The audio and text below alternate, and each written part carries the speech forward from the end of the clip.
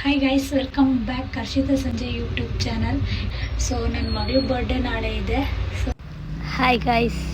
So ನಮ್ಮ ಮನೆಯವರು evening ಬಂದರು, ಆಫೀಸ್ ಮುಗಿಸ್ಕೊಂಡು ಏನೋ ಮಗಳಿಗೆ ಕೊಡಿಸ್ತೀನಿ ಅಂತ ಹೇಳ್ಬಿಟ್ಟು ಸರ್ಪ್ರೈಸಾಗಿ ಕರ್ಕೊಂಡು ಹೋಗ್ತಾ ಇದ್ದಾರೆ. ಏನೋ ಅಪ್ಪ ಮಗಳಿಬ್ರು ಡಿಸ್ಕಷನ್ ಮಾಡ್ತಿದ್ದಾರೆ. ಸೊ ನನಗೆ ನಮ್ಮ ಮನೆಯವ್ರು ನೀನೇ ಗಾಡಿ ಓಡಿಸ್ಪ ಅಂತ ಹೇಳ್ತಿದ್ದಾರೆ. ಸೊ ಫೈನಲಿ ನಾನೇ ಓಡಿಸ್ಕೊಂಡು ಬಂದೆ. ಸೊ ಅಡ್ರೆಸ್ ಹೇಳ್ತಾಯಿದ್ರು ಅವರು. ಸೊ ಅವಾಗ ನನಗೆ ಗೊತ್ತಾಯಿತು, ಶಾಪ್ ಹತ್ರ ನಿಲ್ಲಿಸಿದ ತಕ್ಷಣ ಮಗಳಿಗೆ ಸೈಕಲ್ ಕೊಡ್ಸೋಕೆ ಕರ್ಕೊಂಡ್ಬಂದಿದ್ದಾರೆ ಅಂತ ಅಂದ್ಕೊಂಡೆ. ಇನ್ನೇನು ಕೊಡ್ತಾರೆ, ಸೈಕಲ್ ಶಾಪ್ ಹತ್ರ ಬಂದ್ಮೇಲೆ ಸೈಕಲ್ಲೇ ನೋಡ್ತಾರಲ್ಲ. ಸೊ ಯಾವ ಥರ ಸೈಕಲ್ ಅಂತ ನನ್ನ ಪ್ರಕಾರ ಅವ್ರು ಮೊದಲೇ ನೋಡ್ಕೊಂಬಂದಿದ್ದಾರೆ ಅನಿಸುತ್ತೆ. ಬಟ್ ಇರಲಿ, ಒಂದ್ಸಲಿ ನನಗೂ ಒಂದ್ಸಲಿ ತೋರಿಸೋಣ ಅಂತ ಹೇಳ್ಬಿಟ್ಟು ಕರ್ಕೊಂಡು ಬಂದಿದ್ದಾರೆ. ಸೊ ಸೈಕಲ್ ಕಲೆಕ್ಷನ್ನು ಕೂಡ ತುಂಬಾ ಇದ್ದು, ತುಂಬ ಚೆನ್ನಾಗಿದ್ದು ಸೈಕಲ್ ಕೂಡ. ಸೊ ಲಾಸ್ಟ್ ಟೈಮ್ ಕೂಡ ನಾವು ಇದೇ ಶಾಪಲ್ಲಿ ಒಂದು ಸೈಕಲ್ ಪರ್ಚೇಸ್ ಮಾಡಿದ್ವಿ. ಸೊ ಕ್ವಾಲಿಟಿ ಕೂಡ ತುಂಬ ಚೆನ್ನಾಗಿತ್ತು ನೋಡಿ. ಅದೇನೋ ಹೇಳ್ತಾರಲ್ಲ, ಯಾವುದಾದ್ರೂ ಆಗಲಿ ಒಂದು ಸರಿ ನೋಡಿದ್ರೆ ಅದೇ ಫಸ್ಟ್ ಇಸ್ ಬೆಸ್ಟು ಅಂತ ನಮ್ಮ ಮನೆಯವರು. ಸೊ ಫೈನಲಾಗಿ ಯಾವ್ದು ತೊಗೋತಾರೆ ಅಂತಲೂ ನೋಡೋಣ. ಇದೇನೋ ಫಸ್ಟ್ ಏನೋ ಎತ್ಕೊಂಡು ನೋಡ್ತಾ ಇದ್ದಾರೆ.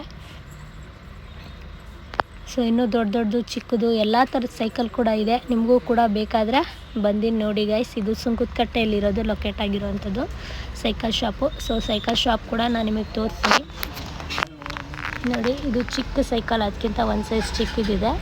ಸೊ ನನ್ನ ಮಗಳು ಇದೇ ಸೈಕಲ್ ಬೇಕು ಅಂತ ಹಠ ಮಾಡ್ತಿದ್ಲು. ಸೊ ಬೇಡ ಅಂಥೇಳಿ ನಮ್ಮ ಮನೆಯವ್ರು ಸ್ವಲ್ಪ ದೊಡ್ಡದೇ ಇರಲಿ ಅಂತೇಳಿ ತೊಗೊಂಡ್ರು. ನಾನು ಹೇಳಿದ್ನಲ್ಲ ಫಸ್ಟ್ ಇಸ್ ಬೆಸ್ಟ್ ಅಂತ. ಸೊ ಅವರು ಕೂಡ ಅದೇ ಸೈಕಲ್ಲೇ ತೊಗೊಂಡಿದ್ದಾರೆ.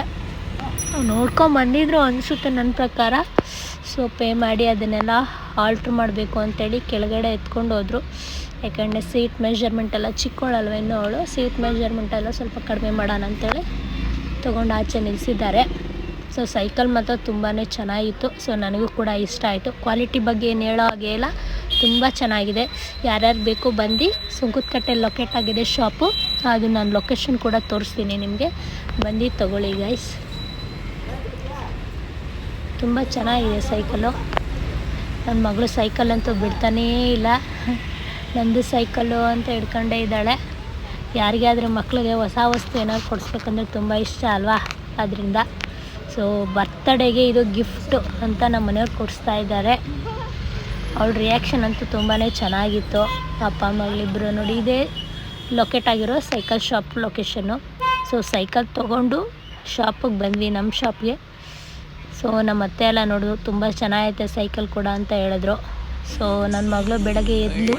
ಸೊ ಹಾಗೆ ಒಂದ್ಸಲಿ ಓಪನಿಂಗ್ ಸೆರೆಮನಿ ಮಾಡಿಸ್ಬೇಡ ಅಂತೇಳಿ ಮಾಡಿಸಿದ್ವಿ.